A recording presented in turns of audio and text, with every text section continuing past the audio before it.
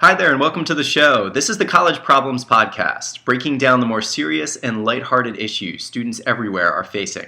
And we're doing it mostly from a journalism, personal safety, and a young professor's perspective. I'm one of those professors. My name is Dan Reimold. Read my book, Journalism of Ideas, and check out my blog, College Media Matters. I'm joined today, as always, by the lovely and talented Christina Gaudio, a personal safety educator, victims advocate, and victimology professor. So we want to talk first today about one of the banes of college students' existence, and that is two words: group projects. I love this take by a student at Des Moines Area Community College, a young woman named Maria Mashing, who writes for the Campus Chronicle, the student newspaper at the school, quote, "Group project, one of the most hated phrases a student could hear. When a group project is assigned, at first excitement sets in. Only half the work, half the time, but still all the points. But how many times does that actually happen? How many times do you get a partner that is willing to put in the same amount of time and effort? I think it is ridiculous that group projects are still being used. It was fine in elementary school when every kid was eager to learn, but this is college." Chris, what do you think about the group project experience in a collegiate setting specifically? I hate them. When it comes to students, obviously you want them to work in groups, you want them to understand what it's like to do teamwork activities and things like that, but at the end of the day, being a former student and now being a professor, I know what it's like to try and work with other students. Someone's always slacking, someone's not doing the job, and a lot of people have to come to the rescue to try and get it done to get the good grade. Being a professor, it's even harder to sit and grade because you know that only one or two people actually did this work if you've got a group of four. No, I agree with you to a certain extent. I think group projects can be incredibly creatively frustrating. I think they present an organizational challenge that at times can be a deal breaker just for student sanity.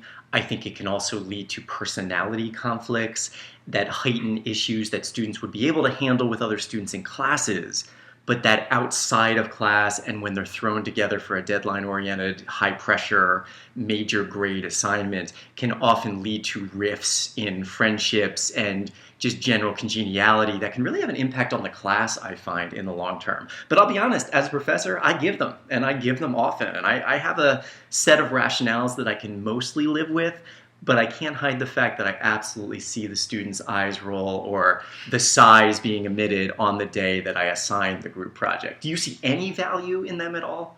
Now, I'll say this. When it comes to group projects, I don't care for them. There's really not much that's going to change my mind about it. But I'm on the other end of the spectrum where I do group activities within class. Okay. You know, my class is very discussion-oriented. We're very much involved with group activities, especially when we do a section that's self-defense, personal defense.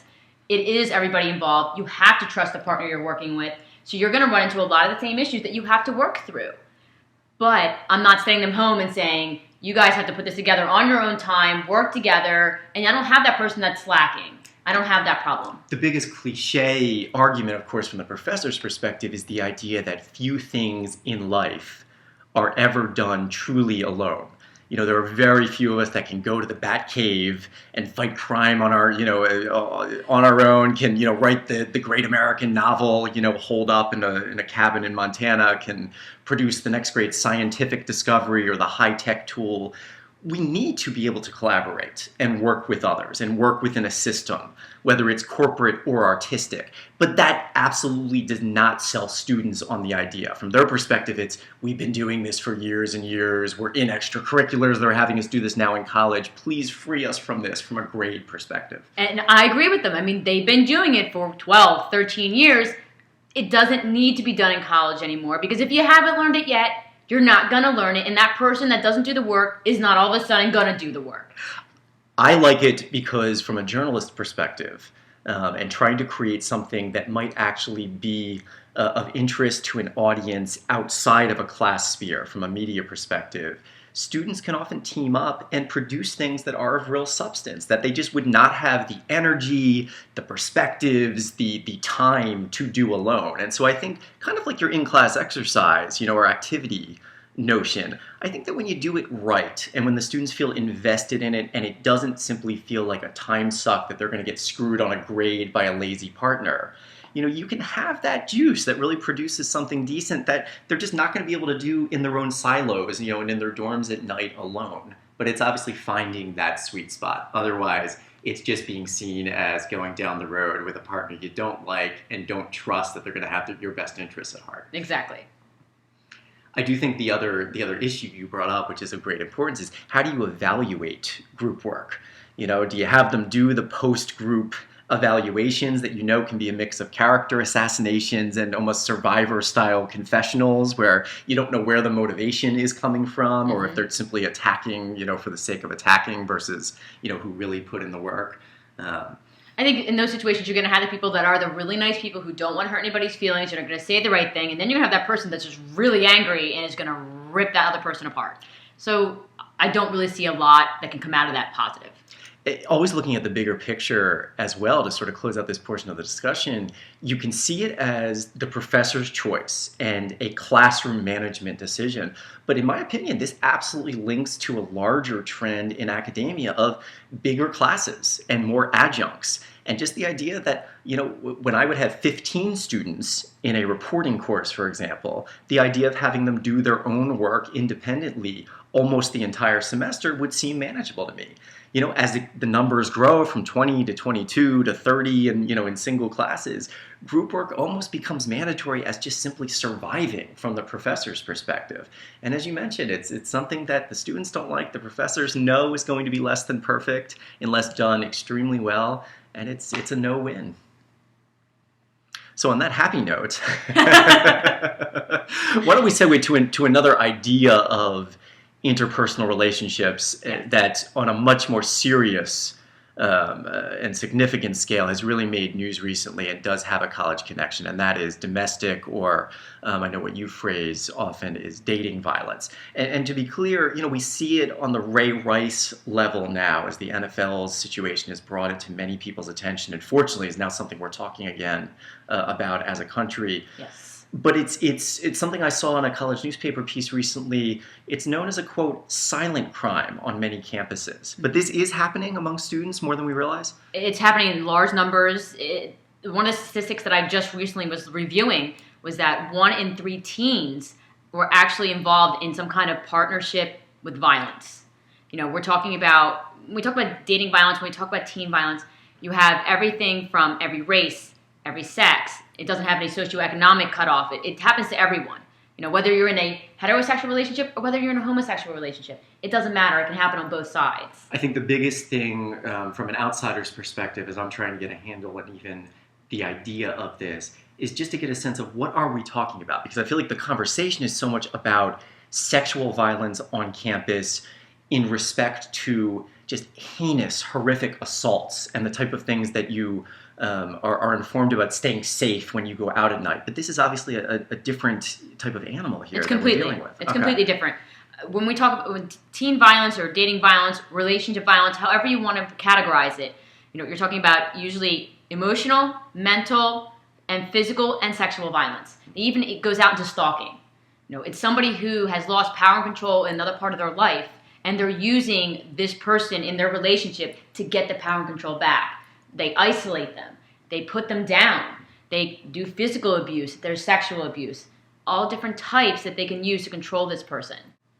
Is there something about the college setting or the collegiate mindset with how millennial students view dating or relationships that might trigger this type of behavior either more frequently or in a different way than what is happening among other age groups, including the post-grad, adult population?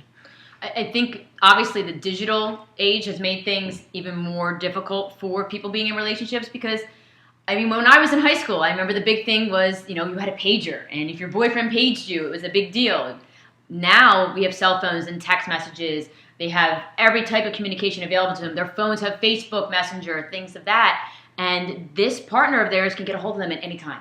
And if they don't answer, there's been cases where, another partner will text a person, email them, 30 times in an hour to find out where they are. People think it's normal. And see, is this the idea that the student's emotional maturity is not quite at the adult level of understanding the boundaries that need to be in place for a relationship? And so there's almost that ownership of, I want to know where you are at all times, or even, I feel so attached to you and I don't understand this right now, but this is happening and it can, again, be taken too far. Yeah, there's situations where people who have seen it in their own homes. So they don't know anything different. There's people who come into a situation as their first real relationship. They want to do everything they can to make the person happy. And if there is a physical violence situation that occurs, the person says they're sorry, I'm going to change. They buy them flowers, they go out to dinner. And the person believes deep down that this person will change if they love them enough. One of the fascinating side stories of the Ray Rice elevator video fiasco has been the discussion on trying to understand the mentality of individuals, whether you call them victims, survivors, or just individuals in relationships who make the choice to stay in a relationship that might be seen to outsiders as being unhealthy or downright dangerous, and others, of course, who make the decision to leave. But it's a very complex thing. Like, what's the mentality there going on? What do people need to know? I think the first thing I want to say about that is I'm constantly hearing through media, through other people, is why doesn't she just leave? Now, I'm saying she because the majority of the time we do deal with women. Why doesn't she just leave? Instead of the question, well, why is he hitting her? We're not looking at the right question. Now, to answer your question, the reason a lot of times these people don't leave is because, one, this person has isolated them to the point where they may not have any friends or family. They have put them down to a certain point where they feel that nobody would love them, that nobody's going to like them because they've killed their self-esteem. They feel that they can't get away from the situation because this person is threatening to hurt themselves. There's so many different variables involved that you can't just sit there and say, well, just leave. He's hitting you or he's doing this to you. Just leave. It's not as easy as it sounds. And that's one thing people have to understand is that if someone comes to you and says, this is what's going on in my relationship, that is not the response that you want to give. You want to listen, you want to talk to them, and you want to encourage them to go and talk to a domestic violence center, talk to a counselor, talk to somebody, but you don't ever want to tell them what to do because they've already lost enough power and control in their life. They don't need you taking it from them too. I think that's such an excellent point about the media coverage often of this being so one note. From the journalist perspective, I often find that the media wants to be able to simplify it so that the easy narrative can be taken in by the passive audience and everything is understood. And when you deal with issues, I see it a lot, for example, in the wake of Robin Williams' death, and trying to get a handle on mental health issues and just the notion of what might make someone long-term depressed or even suicidal, that we try to attribute these individual situations or some sort of triggers. And as you mentioned, it's just often much more complex. Extremely so. And the one thing I will say to the students out there that are listening, dating violence, domestic violence, it's a cycle. You're going to have that situation when you first meet them, everything's great, you're going to have that, and then you're going to start feeling like you're walking on eggshells. You're going to feel like, you got to be careful what you say and you do because you notice that certain things bother this person to the point where it makes you nervous. There will always be that explosive situation. Whether it's physical abuse, whether it's sexual abuse, it doesn't matter. But then there'll be the honeymoon phase and the I'm so sorry, everything's going to be fine, let's go out to dinner, I love you, like all those different types. But that cycle isn't going to end unless you remove yourself from it. And it is hard to do. A lot of teens don't want to go and talk to their family about what's happening. 81% of parents have no idea this is even occurring. So it's not just educating the students, it's educating the parents as well. That, if you see something going on with your daughter or son, you want to be able to ask them the questions, hey, I'm here for you, let's talk, what can I do? But let them know that you're there. Don't just brush it off of, oh, they're just dating for the first time, it'll pass, it's not a big deal, especially if you see them crying a lot. Yeah, so I think an important lesson overall. So look for the warning signs and ensure that the conversation is happening. I'm again struck by the college newspaper description of it being a, quote, silent crime on many campuses. And we really need to ensure that voices are being heard and that the conversation is happening. Yes. All right, guys, that's all for today. Thanks for tuning in.